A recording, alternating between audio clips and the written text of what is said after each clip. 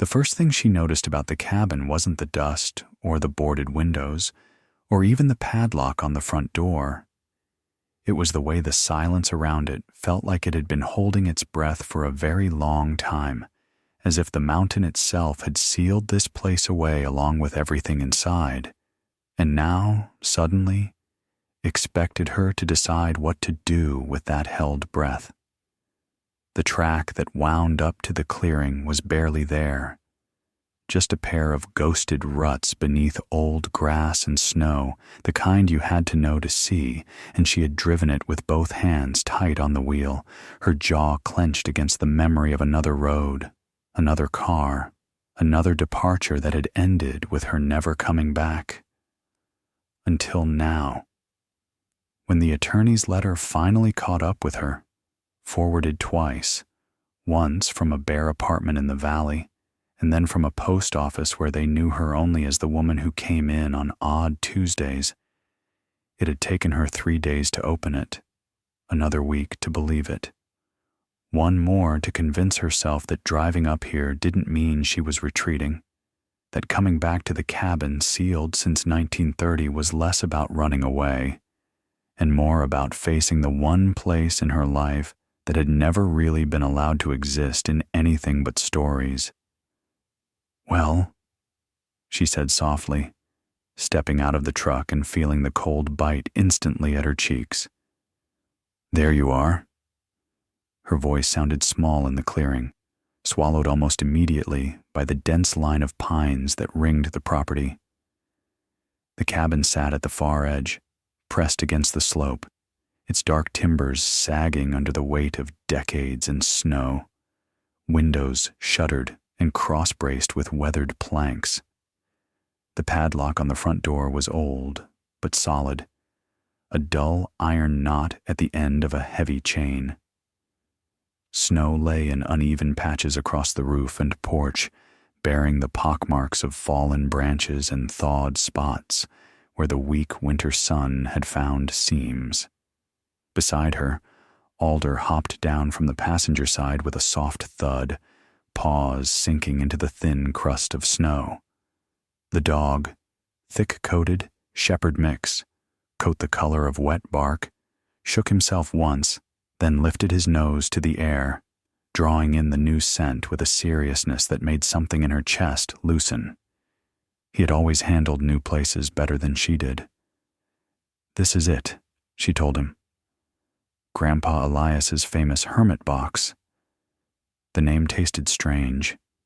She had never met the man, never seen the cabin except in black and white photographs in a shoebox her mother kept at the back of the closet.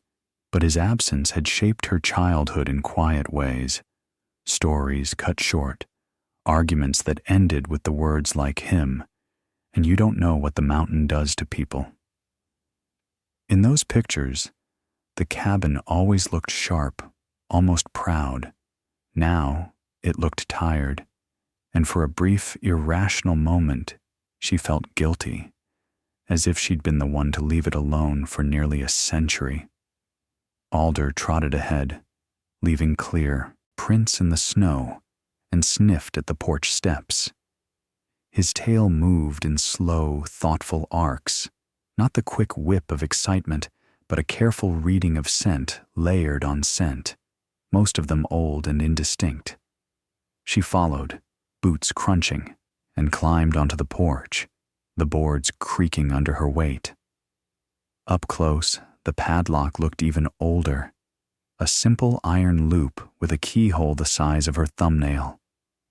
A thin film of rust lined its edges, but when she touched it, the metal felt cold and solid beneath her gloved fingers, not the fragile kind you could snap with enough force.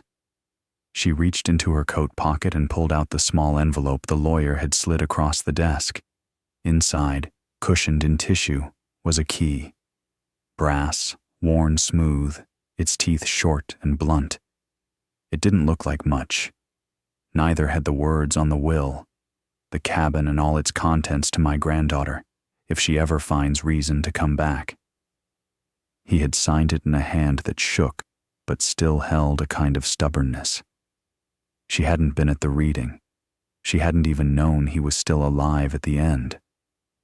Maybe that was why, when the lawyer said sealed since 1930, her mind had conjured something different than what she now saw. The boards, the lock, the feeling that the air around the door didn't want to move. "Let's see if he meant to keep us out," she murmured. The key slid into the padlock with a resistance she could feel all the way up her arm, a metal stiffness that spoke of years without use. For a breath, she thought it wouldn't turn. Then, with a quiet, reluctant click, it gave. The chain fell away in a heavy loop, clattering against the wood. Alder barked once, a sharp, contained sound, then went abruptly quiet, ears swiveling. She hesitated, hand on the door handle, suddenly aware of the weight of the mountain behind the cabin, the slope rising steeply into mist and pale sky, the trees standing like spectators. For a second, she saw herself from above, a single figure on a sagging porch, her dog at her side, a door unopened for nearly 100 years yawning in front of her. "Too late to turn back, right?" she whispered, though no one was there to argue. The handle stuck at first, paint and swelling and time conspiring against her. But with a firm shove, the door swung inward. Cold, stale air spilled out, dry and thin, bringing with it the smells of old wood and dust and something else beneath, something metallic and faint, like the ghost of machines that hadn't run in decades. She stepped inside. Light from the open door pushed a narrow rectangle across the floor, illuminating floating dust motes and the edges of furniture draped in sheets. It looked less like a place abandoned in a hurry and more like a room caught mid-breath. Chairs pushed back, a mug on the table, a pair of boots by the door, all of it coated in a fine gray layer that made the shapes soft and indistinct. Alder moved cautiously, each paw placed with care, nose working, tail held at a neutral half-raise that said this was new, but not yet threatening. She let her fingers trail lightly along the nearest covered chair, feeling the fabric crumble slightly under her touch. Wind sighed against the shutters, making them rattle once in protest. Her grandmother, quiet, distant, with hands that smelled of soap and onions, had never talked about the cabin except to say, "It's not for us." That's where he decided to live with his ghosts. When the letter arrived, part of her had wanted to tear it up on principle. No one had offered her a house before. No one had left her anything except debts and promises made in hospital rooms. But there it was, the signature inked in the same angular script she remembered from the corners of old photographs. She had driven up with a single duffel, a box of canned food, and the dog who had followed her from job to job, town to town, through breakups and breakdowns, always content as long as there was somewhere to sleep and a patch of sky overhead. Alder's nails clicked on something harder than wood. She looked down. Beneath the dust, the boards near the center of the room changed color, the grain finer, running in a different direction. A square, perhaps 3 feet across, almost invisible unless you knew how to look. A hatch. She crouched and brushed away the dust with the side of her hand. A small metal ring lay flush with the surface, tarnished nearly black. "Of course," she muttered. "There's always something under the floor." Her chest tightened in a way that had nothing to do with the cold. Hidden spaces had never meant good surprises in her life. Even as a child, secrets had usually come in the form of hidden bottles, unpaid bills, the envelopes her mother shoved under magazines when she thought no one was watching. Her grandfather, though, he had been a different kind of secret, one that lived in gaps. A cabin no one visited, a name no one said unless they were tired or angry or both. Alder sniffed along the edges of the hatch, then sneezed, shaking his head vigorously. She smiled despite herself. "Yeah, dust is dust," she said. "Nothing mystical about it." Still, she didn't open the hatch. Not yet. Instead, she moved through the cabin slowly, letting her eyes adjust to the dimness.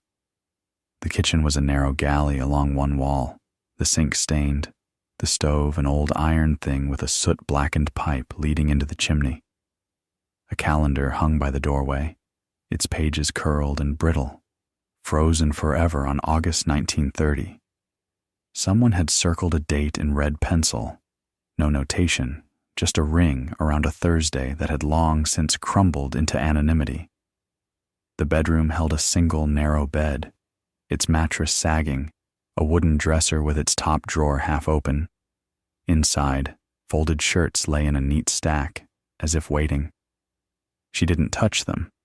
It felt like an intrusion she wasn't ready to make. Back in the main room, the light had shifted. Outside, clouds slid across, the sun dimming the meager illumination. Her breath fogged faintly in the chill air. The cabin had been sealed so well no heat lived here anymore. She'd need to fix that before nightfall, unless she wanted her first evening as a mountain woman to be a test of how much cold a body could take without cracking. Alder made an impatient sound, a soft huff like a cough. He stood at the hatch again, looking at her, not whining, not scratching, just looking. "You don't give up, do you?" she said. He wagged his tail once, slow. Her grandfather had worked with dogs, if the stories were true. Mountain rescues, avalanche drills, the kind of work that required trust and instinct more than paychecks. She wondered what he would have made of Alder, this dog who had walked into her life outside a gas station in the valley and simply never left, as if choosing her were the most obvious thing in the world. "Fine," she said, swallowing the unease that crept up her spine. "You win." She hooked her fingers into the metal ring and pulled. The hatch hesitated, a fraction of resistance, then lifted with a soft groan, hinges complaining. Cold air seeped up from the darkness below, sharper than the cabin's chill, carrying with it a faint smell of earth and old stone, and beneath that, something else, something metallic and sweet that made her throat tighten.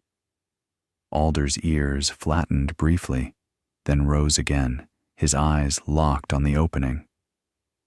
A steep wooden ladder descended into the space, the rungs worn shiny in the center from long ago use.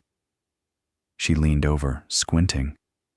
The light from the doorway only reached a few feet, enough to reveal packed dirt walls and the edge of a stone floor. "Root cellar," she said, more to herself than to Alder, or something like it. Her grandfather had lived through lean years. Of course, he would have had somewhere to store food through winter. And yet, when she listened, there was no scurry of mouse feet, no damp drip of melting ice. Just silence. Alder shifted his weight, one paw lifting and setting back down, the canine equivalent of a man tapping his fingers on the table. He wanted her to go down. The thought settled over her with an odd, undeniable certainty. It wasn't that he understood any of the human logic about inheritance or cabins sealed since 1930. It was that he trusted his nose and his instincts, and those instincts were telling him that whatever mattered here wasn't in the dust on the table or the circle on the calendar. It was down there, in the dark. "You're a terrible influence," she said, placing her boot on the top rung. The wood held. She tested her weight, then descended slowly, one cautious step at a time, feeling the cold climb up her legs as she went. Alder stayed at the top, his head and shoulders framed by the hatch, eyes luminous in the dimness. "Stay," she told him gently. "If I scream, You can decide whether to come rescue me or go find someone more competent." The joke fell flat in the small space, but it made her feel better to say it. When her feet reached the bottom, she stepped onto stone, smooth, worn, startlingly level. She turned in a slow circle, raising her hand until her fingers brushed the low ceiling. A root cellar would have been all rough wood and dirt. This felt different, deliberate. Someone had shaped this. Along one wall, shelves had been carved into the packed earth, holding glass jars clouded with time, their contents indistinguishable. On the opposite side, the stone floor extended into shadow. She squinted, waiting for her eyes to adjust. There, at the far end, something broke the neat line of the wall, a dark, vertical rectangle a shade deeper than the rest. She moved closer, boots whispering on the stone. As she approached, the rectangle resolved into a door. Not wooden, not like the one upstairs. This one was iron, set flush into a frame of stone, its surface pitted but intact. In the center, just at her eye level, a symbol had been carved into the metal. A small, simple thing, no bigger than her palm. A circle bisected by a jagged line, like a mountain split by lightning. Something in her memory stirred. A half-forgotten image of her grandfather's hands on her shoulders as he pointed out beyond the valley, saying something about fault lines and old scars in the rock, about how some breaks ran deeper than anyone could measure. As a child, she'd been too busy pressing her face against the window to really listen. Now, that small carving felt like a quiet echo of those words. There was no handle, no visible lock, just the circle and the split, worn shiny in the middle where fingers had traced it, once, twice, 1,000 times. Behind her, from above, Alder gave a soft, impatient bark, the sound finding its way down through the open hatch like a nudge. "I see it," she called back, surprised at how steady her voice sounded. She reached out and touched the symbol. The iron was so cold it burned, and for a second she had the visceral sensation of touching the mountain itself, of pressing her palm against something that had been sleeping for a long time. She almost pulled back. Almost. Then her fingers found a shallow groove just under the carved line, a place worn smooth by use, and she realized with a small, disbelieving shock that the shape wasn't just decoration at all. It was a keyhole, not for any key she'd ever seen, but for something shaped like this place, this crest, this split, something that had been hidden away as carefully as the room behind this door. Upstairs in the cold cabin, the brass key the lawyer had given her sat on the table, ordinary and blunt. Down here, she stood with her palm pressed against an iron door that hadn't been opened since before her mother was born, in a cellar that felt less like storage and more like a boundary line. Behind her, Alder shifted again, claws clicking on the ladder rung, breath drifting down in pale, short bursts. "All right," she whispered to the dark, to the dog, to the mountain that seemed to be listening from every stone. "Then the question is simple, I guess." Her hand trembled slightly as she lowered it. What did he lock away down here that he didn't trust anyone else to find? A faint tremor of cold crept along her fingertips as she let her hand fall from the iron door, and for a long moment she simply stood there in the half-dark, listening to the soft echo of her own breath, mixed with the deeper, quieter hum of the room around her. A hum that wasn't sound exactly, but something older, something that felt like the mountain pressing close, waiting to see what she would do next. Alder paced above her, nails clicking once, twice, then pausing as if he too sensed the shift, his instincts reading something her eyes couldn't yet see. She stepped back from the door, rubbing the cold from her hand, and studied the keyhole again. The strange split circle that seemed less like a lock and more like a warning carved into metal. Her grandfather hadn't been a man of symbols or myths, at least not in any of the stories told about him. But he had been the kind of man who built things with his hands, who trusted quiet more than people, who lived up here with the weather and the wolves rather than face whatever waited in the valley below. If he had locked something behind this door, there was a reason. The question was whether that reason was meant to protect whoever found it, or to protect the world from what lay inside. The thought sent a thin ribbon of unease spiraling down her spine. She reached into her coat pocket and touched the brass key the lawyer had given her. It felt suddenly small, absurdly ordinary. There was no way it fit this door. No way a simple cabin key was meant to open something that felt as heavy and ancient as the iron in front of her.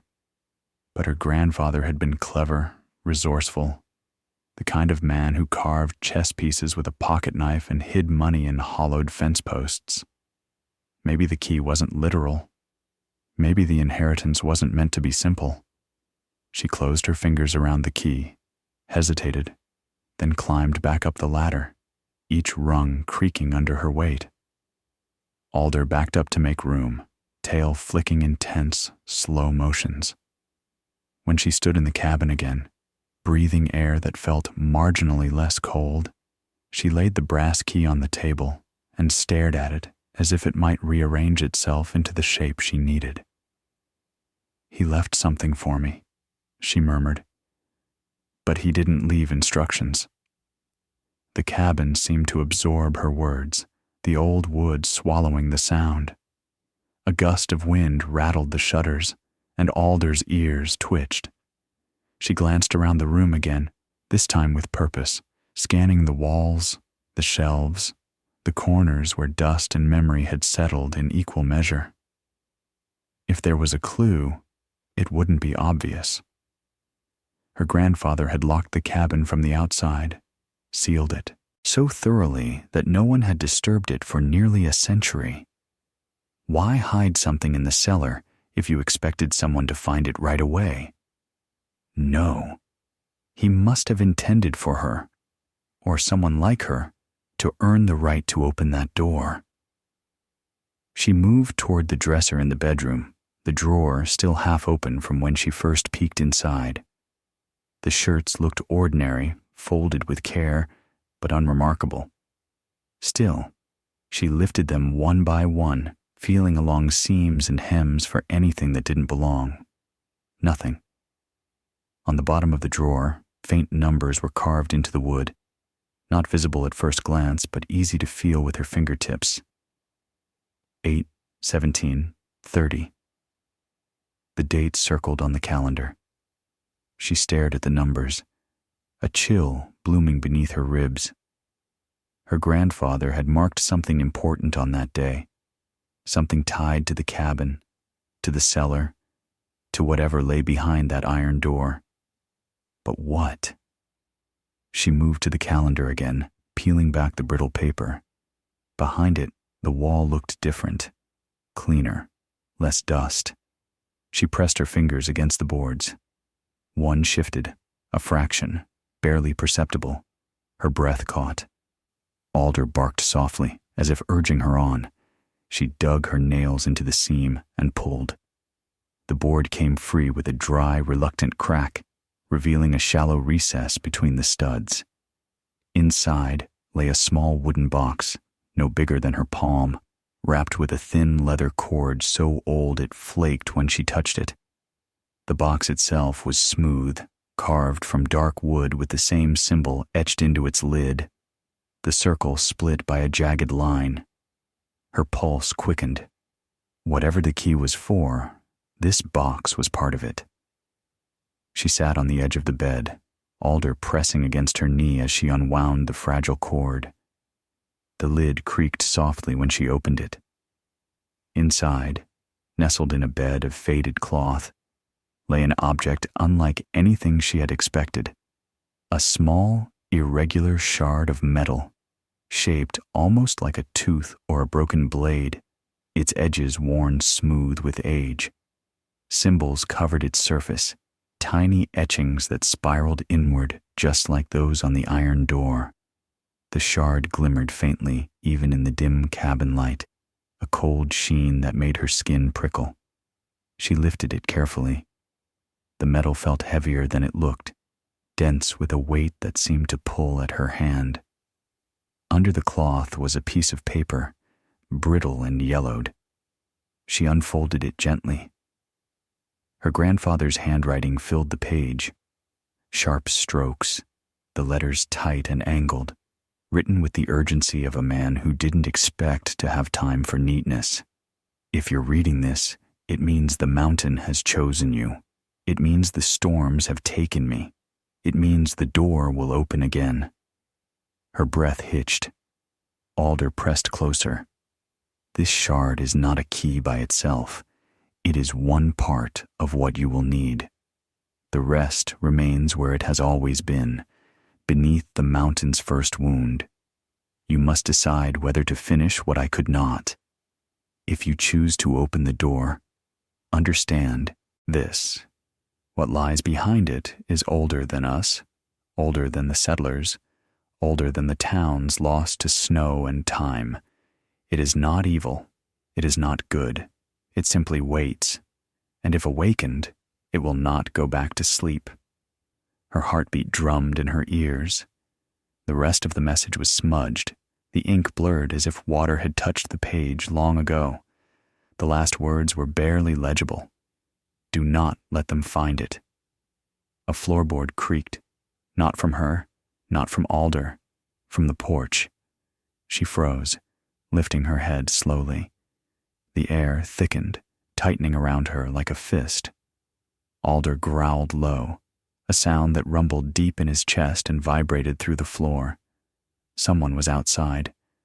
She moved silently toward the window, crouching low, heart thudding against her ribs. Snow drifted sideways in the wind, a soft white curtain, but through it she saw the shape of a figure moving between the trees. Then another. Dark coats, heavy boots. They moved slowly, deliberately, scanning the cabin with the measured caution of people who already knew someone was inside. Her stomach dropped. How had they found the place so quickly? The nearest town was hours away. There were no roads that hadn't been swallowed by snow, no tracks except her own, unless they hadn't followed her at all, unless they had followed the mountain. Alder growled again, louder this time. The nearest figure turned its head toward the sound, raising a hand to signal the others. 3 shadows converged near the porch. Her grandfather's warning echoed in her mind. Do not let them find it. The shard seemed to pulse faintly in her palm, cold radiating through her glove. She shoved it inside her coat, tucking the box into her pocket. There was no time to think, no time to question. Only the door, and the cellar, and whatever choice she wasn't ready to make but had to anyway. The first knock hit the front door hard, rattling the hinges. A voice followed, muffled but commanding. Ma'am, we need to speak with you. Open the door. She backed away, pulse racing. Alder stepped in front of her, stiff as a drawn bowstring. The second knock came harder. We're not here to hurt you. We're with the Survey Authority. Survey Authority. No one used that term up here, not in decades. She swallowed. Her voice barely rose above a whisper as she whispered to Alder, down. He hesitated, then obeyed, slipping ahead of her toward the hatch. They descended into the cellar as the third knock slammed into the cabin so hard dust rained from the rafters. She pulled the hatch closed just as the door splintered upstairs, blown inward by force, not by wind, not by accident, but by men who weren't waiting for permission. Heavy boots stomped inside. Alder pressed close against her leg, muscles taut. She held her breath as voices drifted down through the floorboards, searching, scanning, shifting the weight of the house with each slow step. One voice, low, unfamiliar, said the words that froze her blood. The tracker ends here. She has it. She didn't know how they knew, how they were tracking anything. But she knew one thing with an awful, bone-deep certainty. Whatever lay behind the iron door in the cellar wasn't just part of her inheritance. It was something they had been waiting to reclaim. And she was standing between them and the mountain's oldest secret.